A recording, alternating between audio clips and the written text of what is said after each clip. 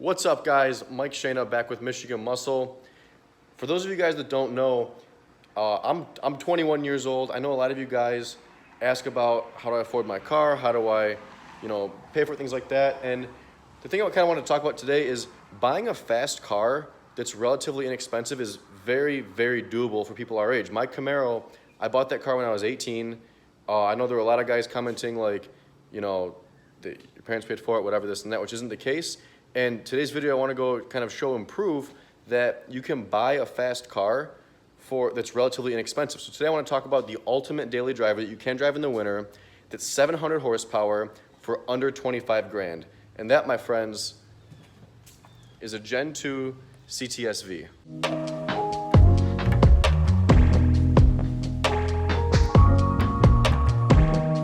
All right, guys, here she is. It's a 2010 CTS-V.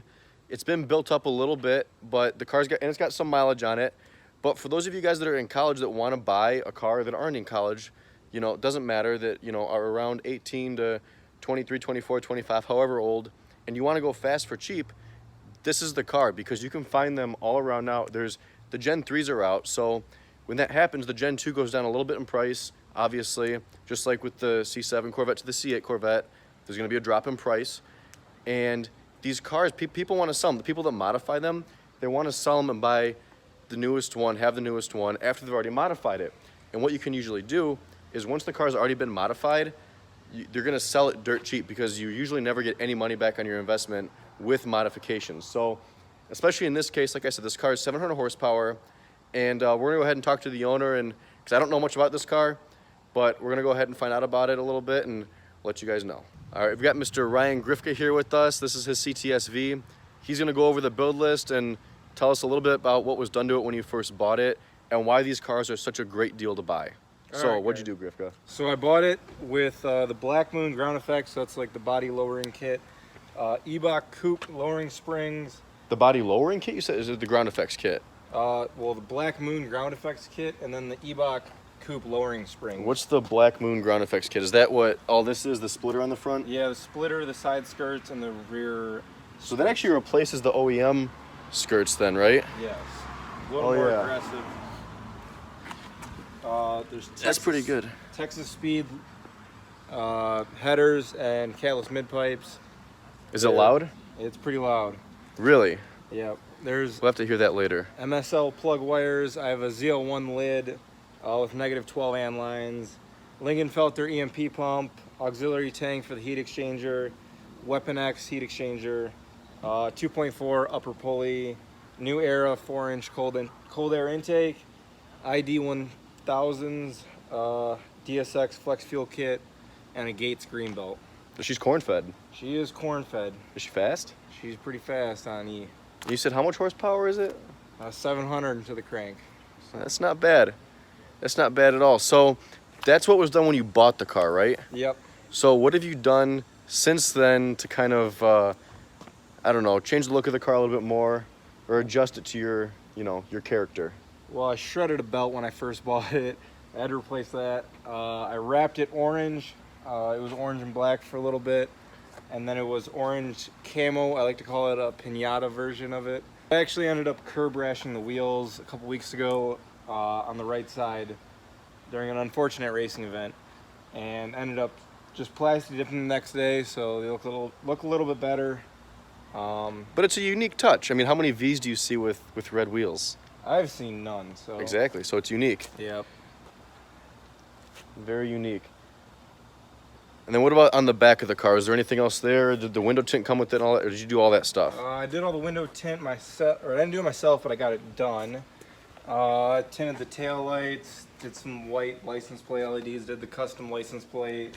So just kind of relatively minor things after that. Just minor things. I haven't done anything huge. I redid the front suspension 6 months ago. So like maintenance items. So there you go, guys. That's not bad for under 25 grand. Let's go ahead and we'll fire it up and see how she sounds.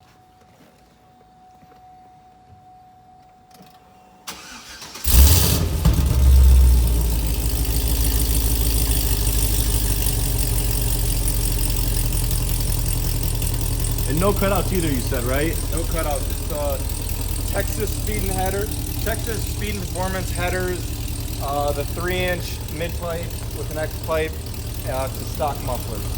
Stock muffler? Stock muffler. Can I hear it? Yeah, you can.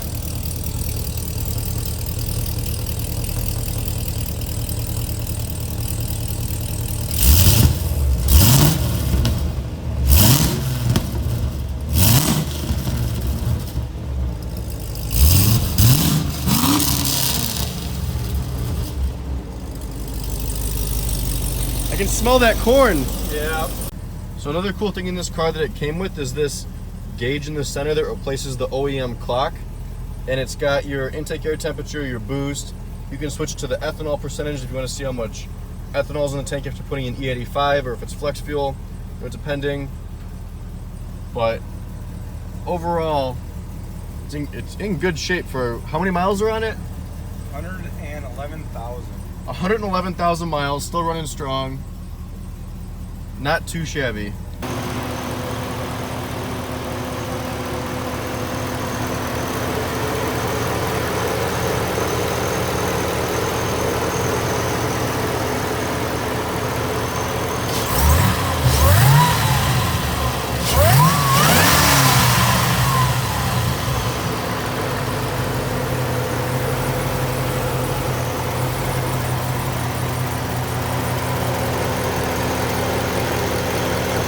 All right, guys, we're in the V. We're gonna go out and do a couple pulls and see if this really feels like 700 horsepower. See what if it's what he claims. This car's dark. How dark are your tints? 5% all the way around and 35% on the windshield. Guys, this is like, it's daylight outside and I can't see out the window. I mean, look at the back. That's insane. Can you see at night? No, not really. It's very But hard. you raced with this car in Mexico though, and you can still see? Yeah, Mexico, usually I just gotta look behind me and see the cars. Oh yeah, that's right. That's right. All right, well, let's see if she actually lives up to her name. Look how bright out that is. Look at the difference. This is insane. That's too dark. Too dark for my taste, but it looks good from the outside.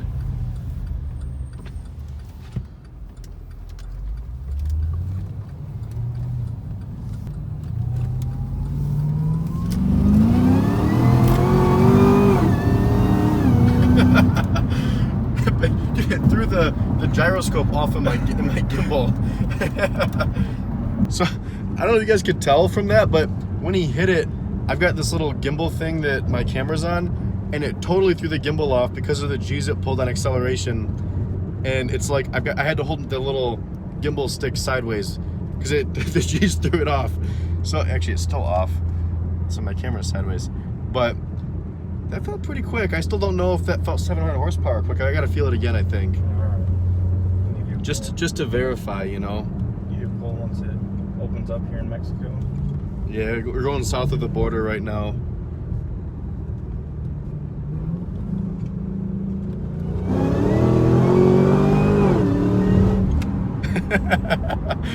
That pulls pretty good. All right, guys, so there you have it. A 2010 CTS-V with 700 horsepower that he paid under 25 grand for. 25. Under 25, did all the mods and the maintenance, I mean, afterwards. But, you know, with that stuff done to the car, I mean, you can't beat a better deal than this. It's a fast car for relatively cheap. I mean, Hellcats are 700 horsepower and they're 60 grand brand new. Yep. You know, they're not cheap cars. So this, I mean, yeah, there's no warranty, but the LS motors last forever. You could do it whatever you want with them and they're, you know, they're still gonna last. So I've got to say, you know, and being in college too, this is a car that he drives year round. He's a nut because he drives it with radials in the winter, in the snow. I think he's crazy, but the car actually gets by, believe it or not. And plus it's a Cadillac, so you've got a little bit of luxury to it as well. You know, you got the heated and cooled seats and everything, so you get a comfy ride along with it. And then, you know, as they say, hauling ass. What is it, hauling ass with class or something? Yep, hauling ass with class. Hauling ass with class. So, as always, guys, thank you for watching. Be sure to comment on this video and drop that like. Smash the subscribe button. You don't want to miss out on any future videos. Thanks for watching.